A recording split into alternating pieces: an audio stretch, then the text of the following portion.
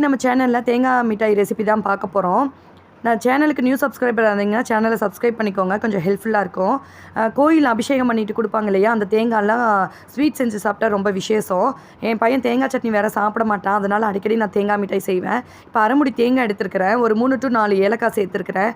ஏலக்காய் வந்து நல்ல மனம் கொடுக்கும். இன்னொன்று குழந்தைங்களுக்கு சளி பிடிக்காமல் இருக்கும், இருமல் அந்த மாதிரி தொந்தரவு வருது ஸ்வீட் சாப்பிடும்போது. இப்போது பல்ஸ் மோடில் போட்டு நம்ம தேங்காவை எடுத்துக்கலாம். ஒரு பக்கம் வந்து ஒரு 150 200 கிராம் வந்து நான் எடுத்துருக்கிறேன் வெள்ளை பாகு காய்ச்சணுமான்னு கேட்டிங்கன்னா, நான் வந்து சிம்பிளாக அப்படியே டேரெக்டாக போட்டுருவேன். நான் உங்களுக்கு காட்டுறேன். பாகு காய்ச்சாமல் டேரெக்டாக வந்து பண்ண ஆரம்பிச்சிருவேன். இப்போ ஒரு பேன் எடுத்துக்கலாம். 2 ஸ்பூன் நெய் விட்டுருக்கிறேன். உடம்புக்கு நெய் ஹெல்த்தியாக, அது போக நல்லா தேங்காய் மிட்டாய்க்கு வந்து ஃப்ளேவர் கொடுக்கும். அதனால தான் நல்லா தேங்காய் வந்து நெய்யில் வணக்கி விட்டுக்கலாம். தேங்காய் மணம் வர வரையும் வணக்குங்க. இப்போ நம்ம 150 200 கிராம் வெல்லம் எடுத்துருக்கோம் இல்லையா, அதையும் சேர்த்துக்கலாம். இப்போ உங்களுக்கு அந்த கன்சிஸ்டன்சி வந்து நான் காட்டுறேன் எப்படி வருதுன்னு சொல்லி. வெள்ளைப்பாகு காய்ச்சினோன்னா தேங்காய் மிட்டாயோட வெள்ளைப்பாகு சேரும்போது நல்லா லிக்யூடு மாதிரி வந்துடும், நம்மளுக்கு அந்த கன்சிஸ்டன்சி வராது. அதனால தான் நான் வந்து டேரெக்டாக சேர்க்குறது. பாருங்கள், நல்லா பெரட்டி விட அந்த சூட்டுலேயே வந்து அந்த தேங்காய் நல்லா மசிய ஆரம்பிச்சிரும்.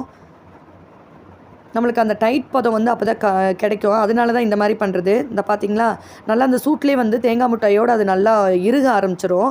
நம்மளுக்கு இந்த மாதிரி இருக்கணும், அப்போ தான் ஆறுனா வந்து அது வந்து கெட்டியாக இருக்கும் சாப்பிட்றதுக்கு.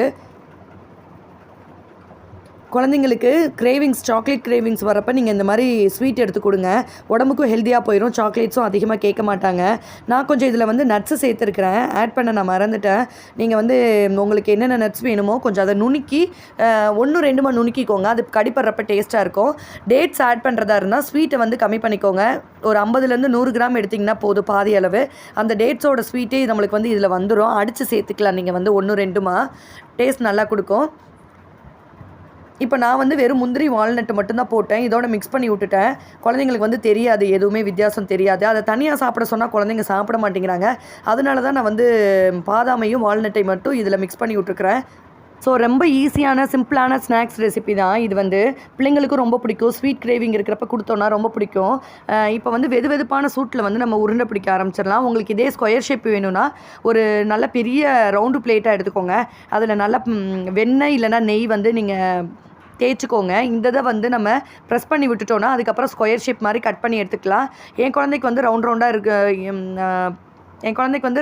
இருக்கிறது பிடிக்குன்றனால நான் வந்து இப்படி பண்ணிகிட்ருக்கிறேன். நான் சொன்ன மாதிரி உங்களுக்கு டேட்ஸ் வேணும்னா வெல்லத்தை வந்து கம்மி பண்ணிக்கோங்க. என்னென்ன நட்ஸ் வந்து உங்களால் ஆட் பண்ண முடியுமோ ஹெல்த்தியாக இதை வந்து மாற்றிடலாம் நம்ம. நான் டேட்ஸ் வந்து பாலோடு கொடுக்குறதுனால டேட்ஸ் ஆட் பண்ணலை, உங்களுக்கு நட்ஸ் மட்டும் ஆட் பண்ணி இந்த மாதிரி உருண்டை பிடிச்சிருக்கிறேன்.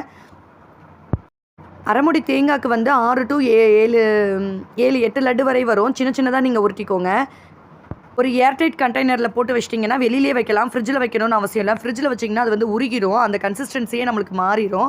ஸோ வெளியிலே வச்சுக்கலாம். 3 to 4 நாள் வந்து அப்படியே ஃப்ரெஷ்ஷாக இருக்கும். நீங்கள் ட்ரை பண்ணி பார்த்துட்டு கண்டிப்பாக எனக்கு கமெண்ட் பண்ணுங்கள். சேனல் பிடிச்சிருந்தா லைக் பண்ணுங்கள், ஷேர் பண்ணுங்கள், சப்ஸ்கிரைப் பண்ணுங்கள். தேங்க்ஸ் ஃபார் வாட்சிங்.